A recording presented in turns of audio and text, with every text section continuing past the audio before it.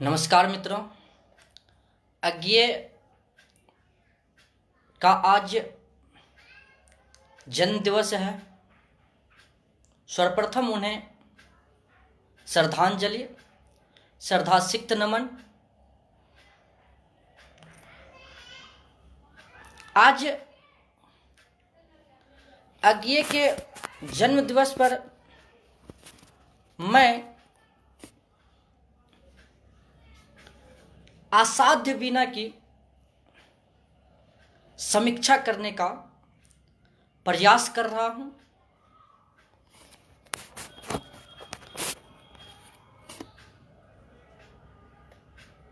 सर्वप्रथम आपको बता दूं, अज्ञेय का जन्म 7 मार्च 1911 ईस्वी को हुआ था। साहित्य जगत में प्रयोगवाद के प्रवर्तक के रूप में जाने जाते हैं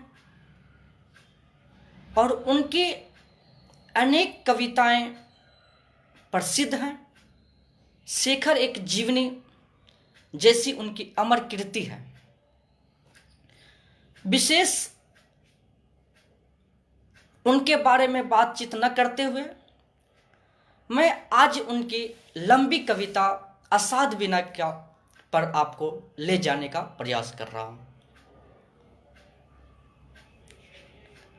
असाध्य वीणा अज्ञेय की एक लंबी और चर्चित कविता है। इस कविता में अज्ञेय ने अखंड जीवन सत्य की उपलब्धि की है। यह अखंड जीवन सत्य क्या है और यह कैसे प्राप्त होती है, आपको इसके लिए अज्ञेय के साहित्य संसार से नाता रखना पड़ेगा, रिश्ता जोड़ना पड़ेगा। अज्ञेय डायरी लिखा करते थे और उन्होंने अपनी डायरी शाश्वती में लिखने का प्रयास किया। किसी भी बड़े सत्य को कहने के लिए मुखौटे की आवश्यकता होती है। मानव उतना बड़ा नहीं कि बिना मुखौटे के किसी बड़े सत्य को जबान पर ला सके। आप अज्ञेय की इस कविता को एक मुखौटा भी समझ सकते हैं। मुखौटे के मर्मज्ञ कवि विलियम बटलर एट्स हुए हैं। उन्होंने भी अपनी डायरी में एक जगह लिखा है कि सारी कला अंततः सत्य की असह्य ज्वाला से एक प्रकार पलायन ही है। अब उपर्युक्त कथनों पर अगर हम विचार करें, उस पर विमर्श करें, उस पर सोचे समझें, तो यह पता चलता है कि असाध्य वीणा अज्ञेय की वह मुखौटा है जिसमें उन्होंने जीवन की अखंड सत्य की उपलब्धि करने की कोशिश की है। और यह कोशिश तब सफल हुई है जब उन्होंने पूरी तरह से अपने आप को समर्पण किया है। बिना समर्पण के किसी भी उपलब्धि को हासिल नहीं किया जा सकता है। जैसा कि मैंने आपको कहा कि यह अज्ञेय की सबसे लंबी कविता है। इस कविता में 321 पंक्तियां हैं। उन्होंने इस कविता को शुद्ध भारतीय धरातल पर रखा है और इस धरातल पर रखते हुए संप्रेषण की समस्या को रेखांकित करने का प्रयास किया है और साथ ही अपने सर्जक व्यक्तित्व का साहित्य जगत में लोहा मनवाया है। एक बात याद रखिए, अज्ञेय की साहित्य का या अज्ञेय की रचना संसार का स्वतंत्रता की तलाश, सृजन संसार का, अज्ञेय के सृजन संसार का मूल स्वर स्वतंत्रता की तलाश है। और अज्ञेय, चाहे वो शेखर की एक जीवनी हो या अपनी कविताएं हो या आप यात्रा वृत्तांत को पढ़ें, उन सब चीजों में, उन सारे रचनाओं में या उन सारे सृजन संसार में वे अपनी स्वतंत्रता, इसी स्वतंत्रता की तलाश पर विचार करते हुए कृष्णदत्त पालीवाल ने ठीक ही लिखा है कि अज्ञेय की महत्वपूर्ण लंबी कविता असाध्य वीणा के प्रियवंद का आत्मसमर्पण कलाकार के स्वाधीनता बोध का ही विस्तार है। यही कारण है कि असाध्य वीणा की लंबी कविताओं की परंपरा में ही नहीं, बल्कि आधुनिक हिंदी की नई कविता में भी अत्यंत प्रांजल और प्रौढ़ रूप में स्वीकार किया गया। अज्ञेय इस कविता में एक संक्षिप्त आख्यान का वर्णन करते हैं। कविता की शुरुआत भी नाटकीय ढंग से होती है। केस कंबली के आगमन से राजा कृत हो जाते हैं। उन्हें उम्मीद है कि जीवन की अपूर्ण साध पूरी होने वाली है। इसका लघु संकेत पाकर उस राजसभा के सभी गण दौड़ पड़ते हैं। वीणा साधक के चरणों में रख दी जाती है। सभासदों की उत्सुक दृष्टि प्रियवंत के चेहरे पर टिक जाती है। यहां अचानक दृश्य परिवर्तन होता है। कविता पूर्व दीप्ति शैली में चली जाती है। कविता अपने इतिहासों का वर्णन करने लगती है। यह अज्ञेय की सृजनात्मक क्षमता का परिचायक है। प्रियवंत के आगमन से जो दृश्य बिंब बनता है, वह दृश्य बिंब मैं आपको दिखाना चाहता हूं। देखिए, आगे प्रियवंत, केस कंबली गुफागे, राजा ने आसन दिया, कहा कृत हुआ मैं तात, पधारे आप, भरोसा है अब मुझको, साध आज मेरे जीवन की पूरी होगी। यह एक उम्मीद जो है, यह एक आस जो है, यही एक उम्मीद है जिसके बदौलत इस कविता के और मानव जीवन की और इस सृष्टि की सार्थकता है। यहां आपको साध शब्दों पर ध्यान देना चाहिए। यह जीवन सत्य है जिसकी पूर्ति के लिए सृष्टि के प्रत्येक मानव आजीवन संघर्ष करते हैं। यही कारण है कि इस वीणा से निकलने वाली मधुर गान प्रत्येक मनुष्य के जीवन का गान होता है, उनकी अतृप्त इच्छाओं की पूर्ति करती है। अज्ञेय की पूरी कविता में या अज्ञेय की पूरे व्यक्तित्व में मुक्ति शब्द का व्यापक अर्थ है। वह बार बार मुक्ति शब्द का प्रयोग करते हैं।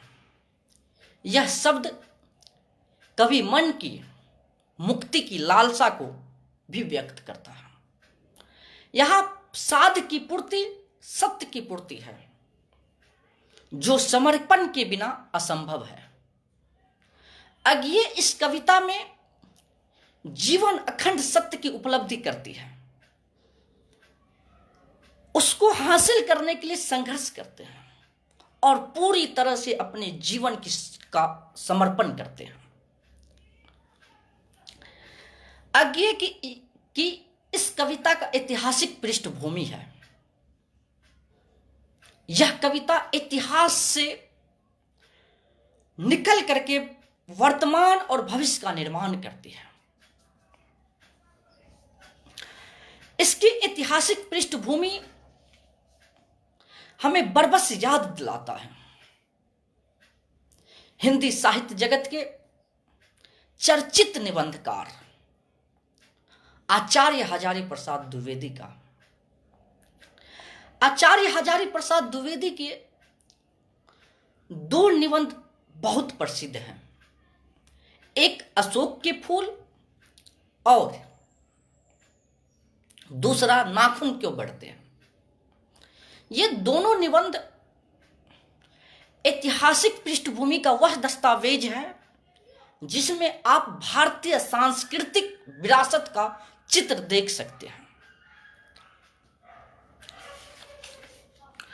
इस चित्र के माध्यम से, इस निबंध के माध्यम से हजारी प्रसाद द्विवेदी भारतीय सांस्कृतिक विरासत के चित्र खींचते हैं और वही चित्र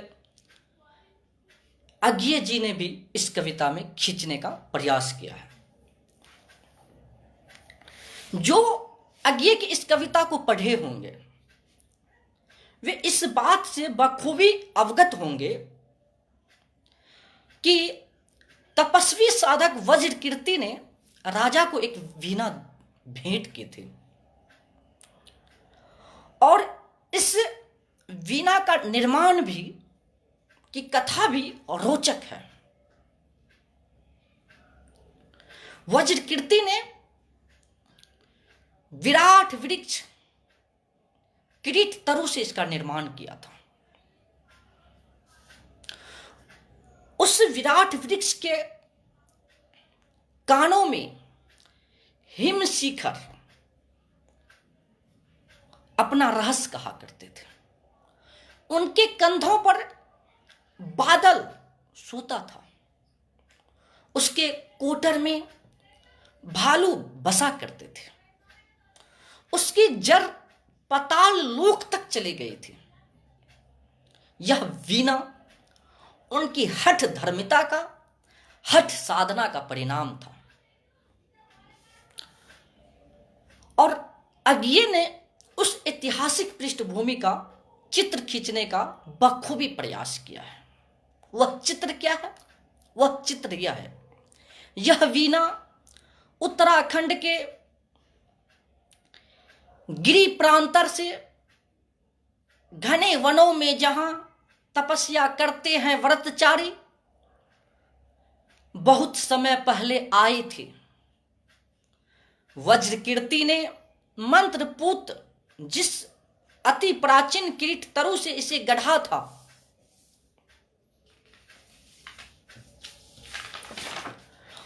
उसके कानों में हिम शिखर रहस्य कहा करते थे। अपने कंधों पर बादल सोते थे। उसकी करी सुंडों सी डालें हिम वर्षा से पूरे वन युद्धों को घर कर लेती थी। परित्राण कोटर में भालू बसते थे। केहरी उसके वलकल से कंधे खुजलाने आते थे।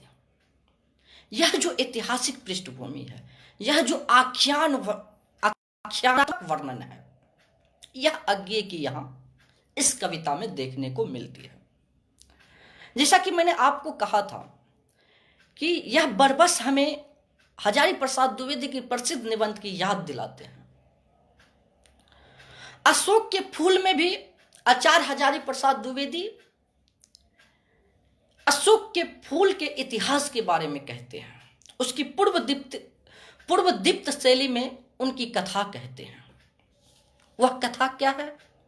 वह कथा यह है, कालिदास के पूर्व भारतवर्ष में इस पुष्प का कोई नाम ही नहीं जानता था, परंतु कालिदास के काव्यों में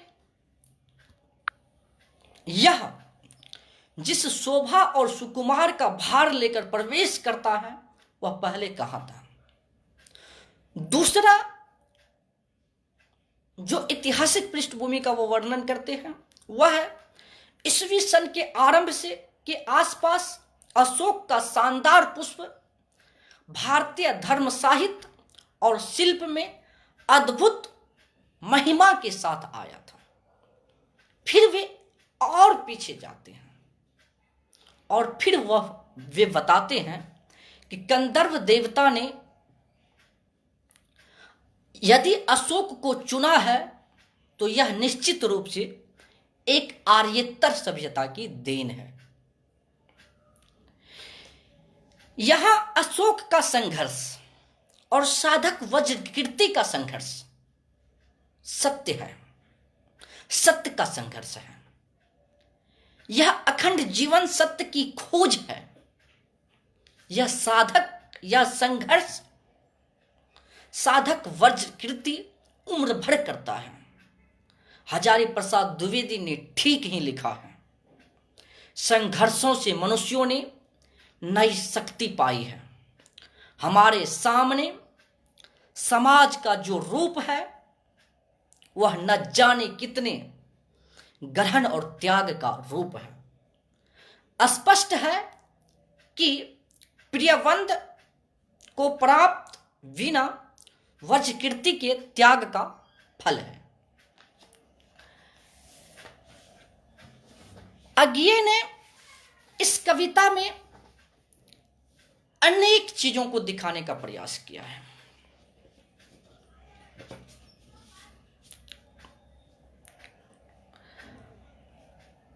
अज्ञे दिखाते हैं कि राजा की वाणी में निराश का स्वर है। इस वीणा को बड़े बड़े साधक साधने आए थे परंतु साध नहीं सके। राजा की वाणी में निराश का स्वर राजा जनक का याद दिलाता है। जानकी का वह स्वयंवर का वर विषयक निराश जिसे तुलसीदास ने अपनी सादिक विदग्धता से उजागर करने का प्रयास किया था।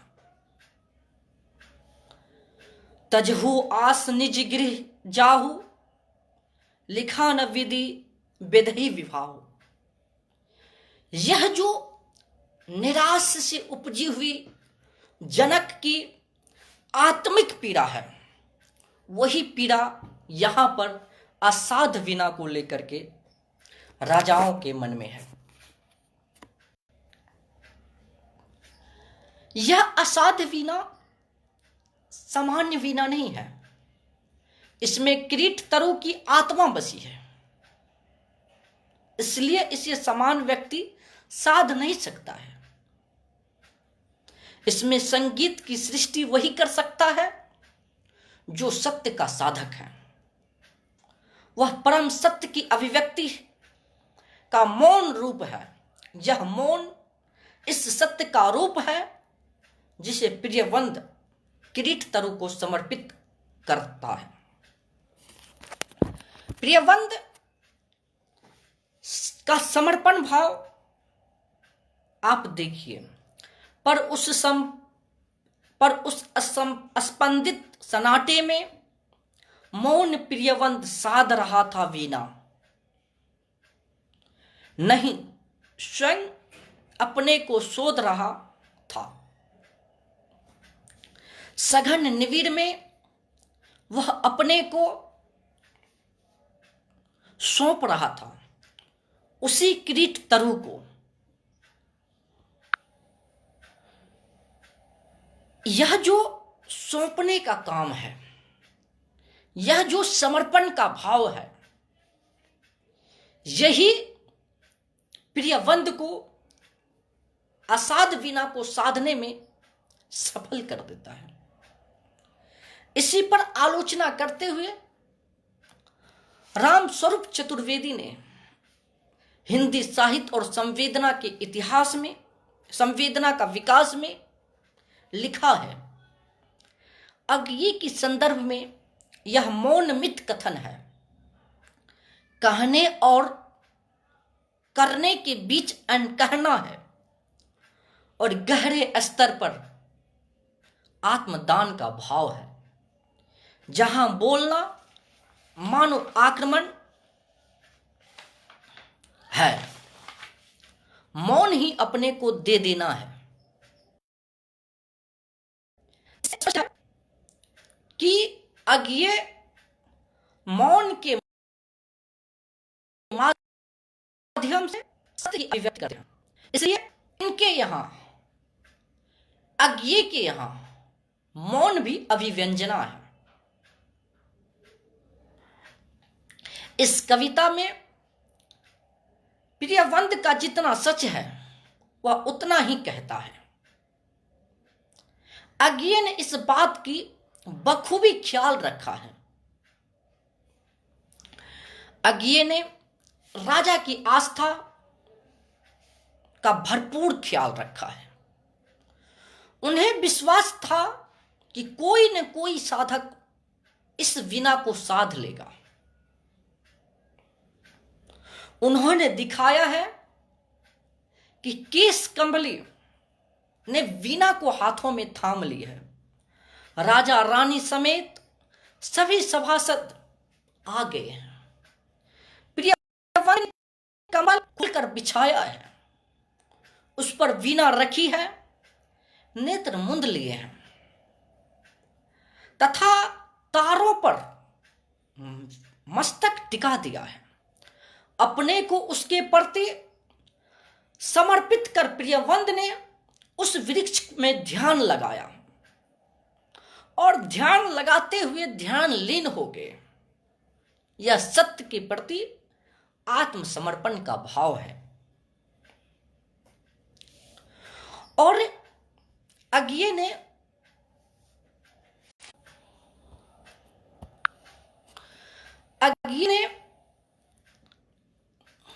इस बात का भी बखूबी ख्याल रखा है कि सत्य के प्रति समर्पित जो साधक होते हैं उन्हें अहंकार छू भी नहीं सकता है। यही कारण है कि प्रियवंत कहलवाते हैं। क्या कहलवाते हैं? वे कहलवाते हैं, राजन, पर मैं तो कलावंत हूं नहीं, शिष्य साधक हूं। जीवन के अनकहे सत्य का साक्षी वज्र कीर्ति, प्राचीन किरीट तरु, अभिमंत्रित वीणा, ध्यान मात्र इनका तो गदगद विहल कर देने वाला है। चुप हो गया प्रियवंत, सभा भी मौन हो रही। तो यह जो रूप है, अहंकार शून्य रूप, जिसे अज्ञेय ने दिखाने का प्रयास किया है कि सत्य के प्रति समर्पित साधक या त्याग तपस्या से निकले हुए साधक कभी भी अपने आप को अहंकारी नहीं मानता। इस वर्णन से यह भी स्पष्ट होता है कि प्रियवंत का हृदय निश्चल है। वह सत्य का शोधक है। वह अपने आप को वज्र कीर्ति के प्रति समर्पित करते हैं, श्रद्धा सिक्त हैं। और किरीट तरु का ध्यान करना अपने पूर्वजों का या अपने से श्रेष्ठ का ध्यान करना है।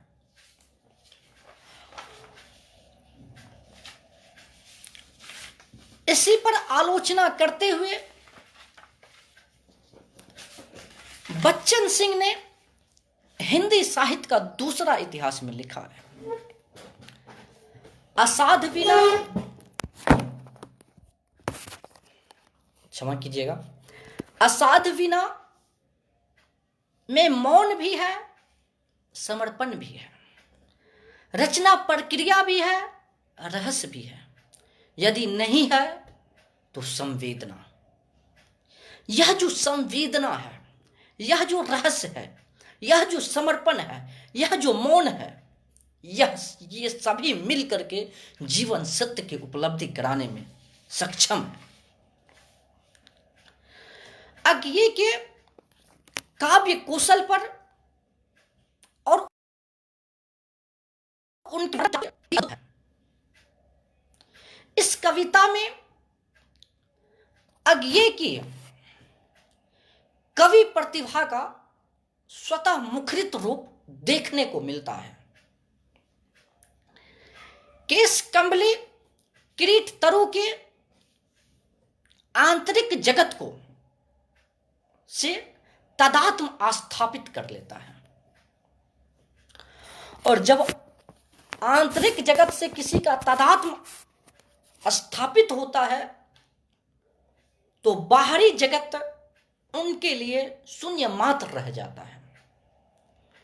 जब किसी भी व्यक्ति का बाहरी जगत शून्य मात्र रह जाए तो वह अपने एक सफल साधक हो जाता है।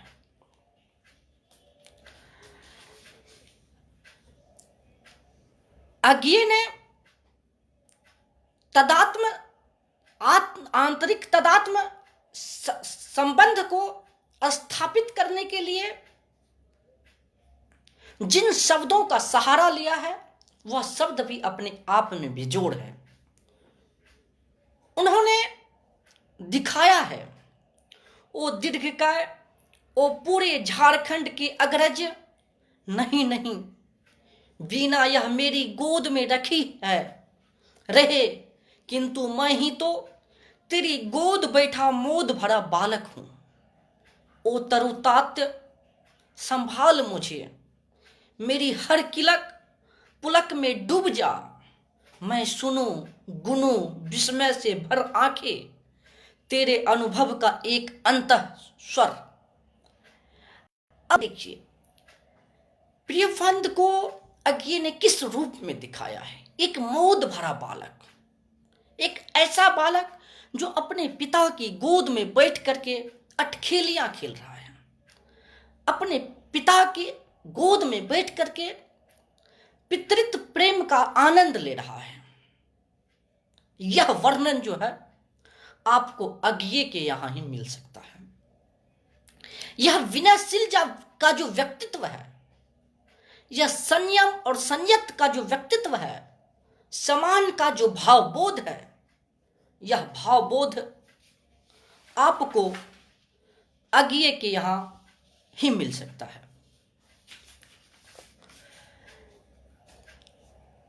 केश कंबली के श्रद्धा भाव को देखकर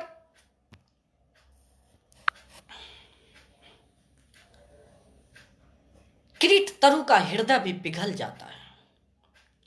किरीट तरु के समक्ष हुआ उसका सच्चा समर्पण है। ध्यान में स्वयं तिरोहित समर्पित करते ही वीणा अपने आप झंकृत हो उठती है। उससे फूटने वाला संगीत सृष्टि का संगीत है।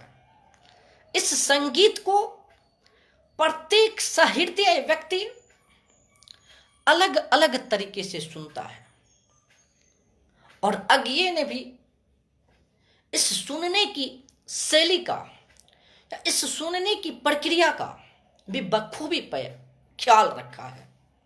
उन्होंने कहा राजा ने अलग सुना जय देवी यश काय, गाती थी मंगल गीत।